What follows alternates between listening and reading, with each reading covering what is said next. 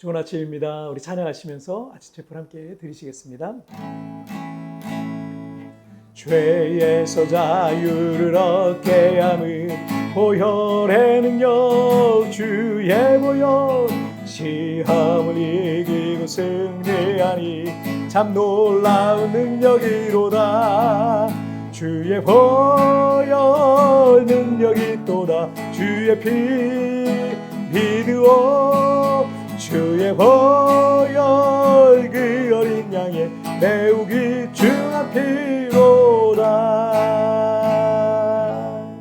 아멘. 자, 우리 같이 기도하시겠습니다. 하나님 아버지 감사합니다. 오늘도 이렇게 하나님 앞에 예배하며 이 하루를 시작합니다. 오늘도 죄에서 자유를 얻게 하는 예수의 보혈로 예수의 보혈 앞세우고 십자가 앞세우고 말씀 앞세우고 믿음으로 나아가는 이 하루가 되게 하여 주옵소서. 감사하며 예수님의 이름으로 기도하옵나이다. 아멘. 오늘 우리에게 주신 하나님의 말씀은 요한복음 8장 31절부터 32절까지의 말씀 제가 봉독해 올리도록 하겠습니다. 그러므로 예수께서 자기를 믿은 유대인들에게 이르시되 너희가 내 말에 거하면 참으로 내 제자가 되고 진리를 알지니 진리가 너희를 자유롭게 하리라. 아멘. 전문맥인 21절부터 30절까지에서는 예수님은 유대인들이 이해하기도 어렵고 이해하기 어려우니 믿기도 어려운 말씀을 하셨습니다. 그들이 믿지 못하는 건 당연한 반응이었습니다. 왜냐하면 그들은 이 땅인 이 3차원에 속한 존재들이었지만 예수님은 4차원 그 이상의 세계에서 오신 분이었기 때문에 차원 자체가 다르니 어떻게 이해하겠습니까? 그런데 30절 말씀에서 이 말씀을 하심에 많은 사람이 믿더라. 자, 주님의 말씀은 사람들이 이해하기 어려운 말씀이었습니다. 그럼에도 불구하고 그 말씀을 듣던 많은 사람이 예수님을 믿게 되었다라는 얘기예요. 놀라운 일이죠. 때문에 이 참된 신앙이라는 것은요, 이해하고 믿는 게 아니라 믿으면 비로소 모든 것들이 이해되기 시작하는 것입니다. 만약 하나님의 말씀과 진리를 이해하고 믿을 수 있는 것이라면 이 세상의 지식인들과 똑똑한 학자들만이 구원받게 될 겁니다. 그리고 하나님의 말씀이 그들의 이해의 범위 안에만 있다면 그들이 믿는 하나님은요, 인간의 지식의 범위 안에만 존재하는 한계적 존재가 되는 거예요. 무한한 존재가 아닌 한계가 있는 한계적 존재라면 신일 수가 없죠. 우리가 하나님을 믿는데, 하나님을 신으로 믿는데, 근데 한계적 존재라면 우리가 그 하나님을 믿을 이유가 없는 거죠. 고린도전서 1장 27절과 28절에서 그러나 하나님께서 세상에 미련한 것들을 택하사 지혜 있는 것들을 부끄럽게 하려 하시고 세상에 약한 것들을 택하사 강한 것들을 부끄럽게 하려 하시며 하나님께서 세상에 천한 것들과 멸시받는 것들과 없는 것들을 택하사 있는 것들을 패하려 하시나니 라고 이렇게 하셨어요. 덮어놓고 믿으라는 게 아니에요. 그러나 한계가 있고 온전하지도 않은 인간의 지혜를 내려놓잖아요. 그러면 하나님의 진리가 비로소 보이기 시작한다는 거예요. 그래서 믿으면 비로소 하나님의 진리가 깨달아지기 시작하는 것입니다. 오래전에 그 대학생 선교회 CCC에서 사역리를 갖고 이제 전도 훈련을 받을 때 이런 말이 있어요. 성공적인 전도는 성령의 능력 안에서 오직 예수 그리스도만을 전하고 그 결과는 하나님께 맡기는 것이다. 이 구호를 외치면서 전도하러 나가고 그랬는데 이 복음서에 보면 끝까지 믿지 않았던 사람들은 율법에 정통했던 대제사장과 서기관과 바리새인들과 같은 사람들이었습니다. 그러나 율법에 무지하기도 했고 심지어 글을 모르는 다수는요, 당시 지식인들이 이해하기 어려운 다른 차원의 예수님의 말씀을 믿었던 거예요. 그러니까 그걸 이해하고 믿은 게 아니라 성령께서 그 마음에 깨달음을 주신 것을 믿은 거예요. 내가 누군가를 지식과 논리로 굴복시켜 전도하려고 하기보다는요, 성령 안에서 복음을 전하고 그 결과는 하나님께 맡겨보십시오. 여러분, 성령께서 일하실 겁니다. 그거는 그 사람 전도하는 건 내 몫이 아니에요.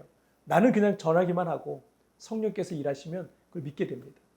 자, 31절을 보시면 그러므로 예수께서 자기를 믿은 유대인들에게 이르시되 너희가 내 말에 거하면 참으로 내 제자가 되고 예수님께서는 그를 믿기로 확정한 사람들을 향해서 너희가 내 말에 거하면 참으로 내 제자가 되고 라고 하셨습니다.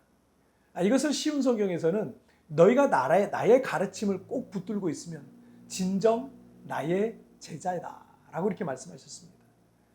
예수님을 믿는 사람은 하나님의 말씀을 붙들어야 되는 거예요. 그 말씀을 내 인생의 삶의 매뉴얼로 삼아야 되는 겁니다. 그리고 그 말씀대로 순종해야 합니다.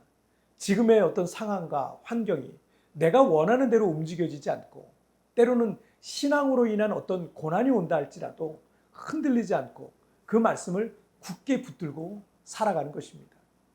이 세상에 다른 것이 아니라 오직 하나님의 말씀이 그대로 이루어질 것을 믿고 소망을 갖고 살아가는 것입니다. 이것이 주님의 말씀 안에 거하는 삶을 말해주고 있는 겁니다. 자, 32절을 보시면 진리를 알지니 진리가 너희를 자유롭게 하리라. 자, 이 말씀은 유명한 구절이죠. 이 복음의 진리는 우리에게 진정한 자유를 줍니다. 당시 율법주의자들은 수십 개, 수백 개의 규율들을 만들어 놓고 이걸 지켜야 구원받는다라는 식으로 유대인들을 가르쳤습니다. 그러나 인간은 약해서 그 규율들을 완벽하게 지켜낼 수 없어요.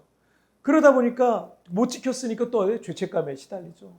영적인 불안 속에 거할 수밖에 없는 겁니다. 여러분, 그걸 통해서 우리가 완벽하게 그걸 지킬 수가 없어요. 자, 이것은 우리가 종교와 복음의 차이가 무엇인지를 이해하고 있어야 됩니다.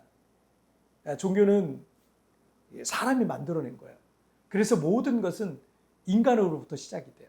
그 인간이 이것저것 규율들과 방법들 같은 것들을 쭉 나열해 놓고 하나, 하라 라고 이렇게 말하고 있는 겁니다. 이걸 해야 된다, 저걸 해야 된다 라고 말하고 있는 거죠. 그러나 우리 인간이 온전하지 않기 때문에 그 모든 것을 다 해내지도 못할 뿐만 아니라 구원받지 못할까 봐 늘 불안과 염려 속에 거할 수밖에 없는 게 이 종교의 특징인 거예요. 그러나 복음은요, 하나님의 아들이신 예수님께서 이 세상에 오신 것에서 시작이 됩니다. 종교는 인간이 신을 찾아간다고 한다면 복음은 하나님께서 인간에게 찾아오신 겁니다. 그리고 종교는 인간의 행위인 하나의 포커스가 맞춰져 있다면 복음은요, 예수님께서 행하신 일, 이루셨다. 이미 예수님이 다 이루셨다라는 것을 믿는 겁니다. 그래서 나는 부족하고 죄가 많지만 이 믿음을 갖게 될 때 그 진리 안에서의 진정한 자유가 무엇인지를 경험하게 되는 겁니다. 자유라고 해서 방종을 말하는 건 아닙니다. 진리 안에서의 자유를 말하는 겁니다. 우리는 예수님께서 다 이루신 것을 믿고 또 그 진리 안에서 자유를 누리고 또 그 은혜에 감사하면서 순종하는 삶을 사는 것입니다.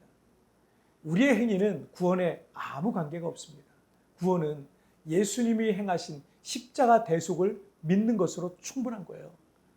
나는 당연히 부족하죠.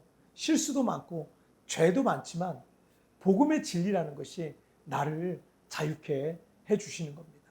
자, 우리 같이 기도하실까요? 진리를 알지니 진리가 너희를 자유케 하리라 라고 말씀하신 것처럼 우리가 여러 가지 규율들과 율법에 매여서 자유하지도 못하고 늘 불안함과 걱정과 죄책감과 염려 속에 살아가게 되는데 우리가 진리를 알게 될 때 그 진리 안에서 놀라운 자유를 경험하게 되는 줄 믿습니다. 오늘 이 말씀을 통해서 우리가 진리 안에서의 자유가 무엇인지를 삶 속에서 날마다 경험하고 신앙생활하면서도 그 진리 안에서의 자유를 맛보고 경험하고 누리는 우리의 삶이 되게 하여 주옵소서. 나는 부족하고 연약하고 자주 실수하지만 그러나 예수님의 보혈을 의지하고 믿음으로 주님 앞에 나아갑니다. 주여 나를 붙잡아 주시고 주여 나와 함께하여 주옵소서. 감사하며 예수님의 이름으로 기도하옵나이다. 아멘. 뒤편에 나오는 오늘의 묵상 보시면서 개인적으로 묵상하시고요. 짧게라도 뜨겁게 기도하시면서 오늘 하루 주님과 동행하시길 바랍니다. 내일 우리 굿모닝 채플에서 뵙겠습니다. 여러분 승리하세요. 우리의 행위는 구원에 아무 관계가 없습니다. 구원은 예수님이 행하신 십자가 대속을 믿는 것으로 충분한 것입니다. 내가 부족하고 실수와 죄가 많아도 복음의 진리가 나를 자유케 하실 것입니다. 진리 안에서 자유하지 못하고 있는 것이 무엇인지 묵상해 봅시다.